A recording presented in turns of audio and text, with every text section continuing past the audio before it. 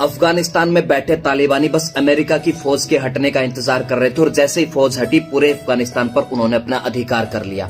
भारत के अंदर भी कुछ तालिबानी बस इसी बात का इंतजार कर रहे हैं कि जैसे ही मोदी और योगी हटे हम इनको मजा चखाएं। मैं एक बात कह देना चाहता हूं, यदि आज हमने इन दोनों को खो दिया ना तो आने वाले 50 सालों के बाद छाती पीट कर रोने के अलावा कोई दूसरा विकल्प नहीं होगा। हमारी पीढ़ियां, हमारी नस्लें हमको कोसेंगी कि हमने सिर्फ निजी हितों की पूर्ति के लिए इन दोनों का साथ नहीं दिया। मैं इन दोनों के साथ इसलिए खड़ा हूं क्योंकि निष्काम भाव से, निस्वार्थ भाव से इस देश के लिए काम कर रहे हैं, धर्म के साथ खड़े हैं, भारत को उसका खोया हुआ गौरव, खोया हुआ वैभव लौटाने के लिए काम कर रहे हैं। ये कोई वंशवाद को लेकर काम नहीं कर रहे, ना ही कोई अपने बच्चों के नाम एफडीआई कराई है, ना ही कोई रेस्टोरेंट खोले हैं, ना कोई इत्र की फैक्ट्रियां लगाई हैं कि जैसे ही सत्ता से हटेंगे अपने ऐसो आराम करेंगे, मजे से रहेंगे। ये जो कुछ भी कर रहे हैं अपनी औलादों के लिए नहीं बल्कि हमारी औलादों के लिए कर रहे हैं। अरे दुनिया के सबसे बड़े लोकतंत्र के प्रधानमंत्री की मां अगर 10 बाई 10 के कमरे में रहते हो और अगर आप फिर भी उनके ऊपर लांछन लगाते, उनको गालियां देते हो तो शर्म आनी चाहिए आपको। अरे आपको तो चरण धोकर पीने चाहिए ऐसे इंसान के।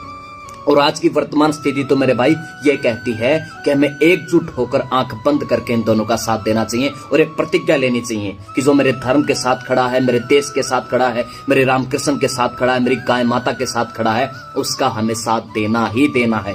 अरे जिसने राम मंदिर का 500 सालों का कलंक धो दिया, जिसने भारत माँ के सीने से 370 का खंजर निकाला है, सरदार वल्लभ भाई पटेल, सुभाष चंद्र बोस, स्वामी रामानुजाचार्य, शंकराचार्य, श्रीमती अहिल्याबाई होलकर की मूर्ति स्थापित कर और अब नालंदा विश्वविद्यालय का पुनर्निर्माण करके वह भारत को विश्व गुरु बनाने की राह पर निकल पड़ा है।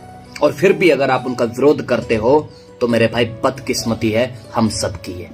अरे परमात्मा ऐसी विभूतियों को बड़ी कृपा करके भेजता है, धनुष बाण सुदर्शन चक्र तो उसे इमरजेंसी में उठाना पड़ता है। इसलिए मेरी आपसे प्रार्थना है कि इन दोनों का साथ दीजिए। ये भारत को बचाने आए हैं, भारत को विश्व गुरु बनाने आए हैं। बस आपसे मेरी हाथ जुड़कर एक ही प्रार्थना है कि अपना हित पहचानिए, अपना हित पहचानने की आदत डालिए, क्योंकि देश आज सुरक्षित हाथों में है और देश इन्हीं हाथों में रहना चाहिए। बस एक ही प्रार्थना ऊपर वाले से कि यदि चाय वाला जाए तो गाय वाला जाए। और अगर मेरी बातों से आप सहमत हो तो इस वीडियो को ज्यादा से ज्यादा शेयर कीजिए।